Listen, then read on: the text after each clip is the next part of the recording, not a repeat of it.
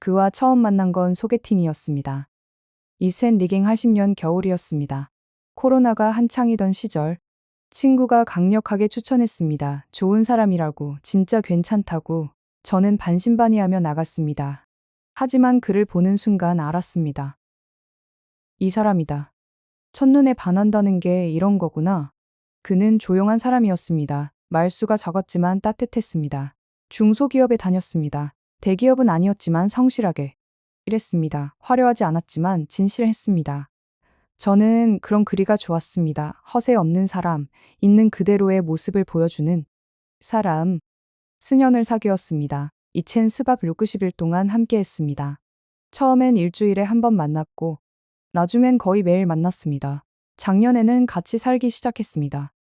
작은 반지하 원룸이었지만 행복했습니다. 돈이 많지 않아도 괜찮았습니다. 함께라서 좋았습니다. 결혼 이야기가 나온 건 3달 전이었습니다. 저희 부모님이 먼저 말씀하셨습니다. 이제 슬슬 결혼해야 하지 않겠냐고. 저도 32이었습니다. 그도 34이었습니다. 더 미룰 이유가 없었습니다. 그에게 말했더니 그도 좋다고 했습니다. 함께 평생을 살자고. 그런데 한 가지 문제가 있었습니다. 신혼집 자금이었습니다. 서울에서 전세를 구하려면 최소 2억은 있어야 했습니다. 저는 그동안 모아둔 돈이 6천만 원이었습니다. 그에게 얼마나 있냐고 물었습니다. 그는 웃으며 말했습니다. 걱정하지 말라고. 자기도 열심히 모았다고. 저는 그 말을 믿었습니다. 수년 동안 그는 저에게 거짓말을 한 적이 없었습니다. 검소하게 살았습니다. 사치도 부리지 않았습니다. 당연히 저보다 많이 모았을 거라고 생각했습니다. 어느 날 저녁에 함께 신혼집 매물을 보고 있었습니다. 마음에 드는 곳이 있었습니다. 전세 2억 5천만 원짜리였습니다. 그가 말했습니다. 좋다고. 여기로 하자고. 저는 물었습니다. 우리 자금 합치면 얼마나 되냐고. 그때 그가 이상하게 말을 흐렸습니다. 잠시 침묵이 흘렀습니다. 저는 불안해지기 시작했습니다. 정확히 얼마 있어? 제가 다시 물었습니다. 재근은 휴대폰을 꺼내 뱅킹 앱을 열었습니다. 그리고 화면을 저에게 보여줬습니다. 그 순간 저는 숨이 먹었습니다. 화면에는 숫자가 보였습니다. 저축 계좌 잔고 3박 40만 원, 월급 계좌 잔고 52만 원, 총 3박 92만 원이었습니다. 수년 동안 일한 사람의 통장이 수백만 원도 안 됐습니다. 저는 눈을 의심했습니다. 다시 봤습니다. 하지만 숫자는 변하지 않았습니다. 이게 전부야? 저도 모르게 물었습니다. 그는 고개를 끄덕였습니다. 미안하다는 표정이었습니다. 저는 아무 말도 할 수 없었습니다. 머릿속이 하얘졌습니다. 수년이었습니다. 수년 동안 저는 이 사람이 성실하게 저축하고 있다고 믿었습니다. 검소하게 살았으니까요. 비싼 것도 안 샀으니까요. 왜 이렇게 없어? 제가 물었습니다. 목소리가 떨렸습니다. 그는 한참 동안 말이 없었습니다. 그리고 천천히 입을 열었습니다. 부모님 때문이라고요. 매달 부모님께 생활비를 보내드린다고 했습니다. 형이 사업에 실패해서 그 빚도 조금씩 갚고 있다고 했습니다. 남는 돈이 거의 없었다고요. 저는 처음 듣는 이야기였습니다. 수년 동안 한 번도 말한 적 없었습니다. 부모님께 돈을 보내는 것도, 형의 빚을 대신 갚는 것도. 왜 말 안 했어? 제가 물었습니다. 제 말하면 부담될까봐. 그가 대답했습니다. 부담. 그 말이 가슴에 박혔습니다.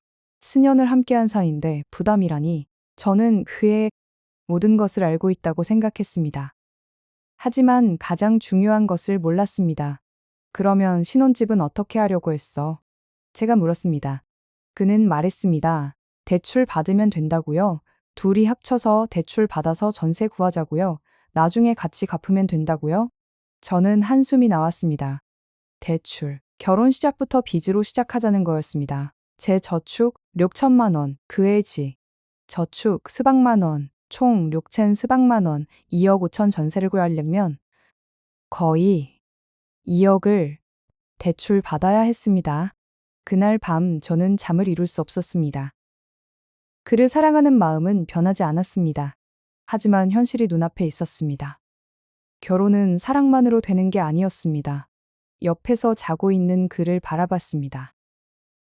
수년을 함께한 사람, 평생을 함께하고 싶었던 사람, 그런데 왜 이렇게 마음이 복잡할까요? 다음 날 아침, 저는 출근하면서 생각했습니다. 이 상황을 어떻게 받아들여야 할까? 그는 나쁜 사람이 아니었습니다. 부모님을 위해 돈을 보내는 건 효도였습니다. 형의 빚을 갚아주는 건 가족애였습니다.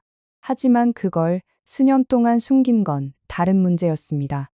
회사에서 점심시간에 친한 동료 민지에게 이야기했습니다. 민지는 제 말을 듣더니 한숨을 쉬었습니다. 그리고 조심스럽게 말했습니다. 결혼하면 그 짐을 너도 같이 지는 거야. 알고 있지? 세머뜨. 저는 알고 있었습니다. 결혼하면 그의 가족이 제 가족이 됩니다.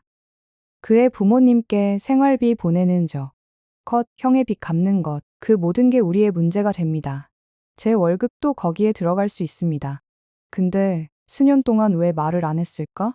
민지가 물었습니다. 저도 그게 가장 이해가 안 됐습니다. 숨길 일이 아니었습니다. 부끄러운 일도 아니었습니다. 가족을 돕는 건 좋은 일이니까요. 하지만 그는 숨겼습니다. 수년 동안. 결혼 이야기가 나올 때까지 저녁에 그와 마주 앉았습니다. 진지하게 이야기해야 했습니다. 우울히 이야기 좀 하자.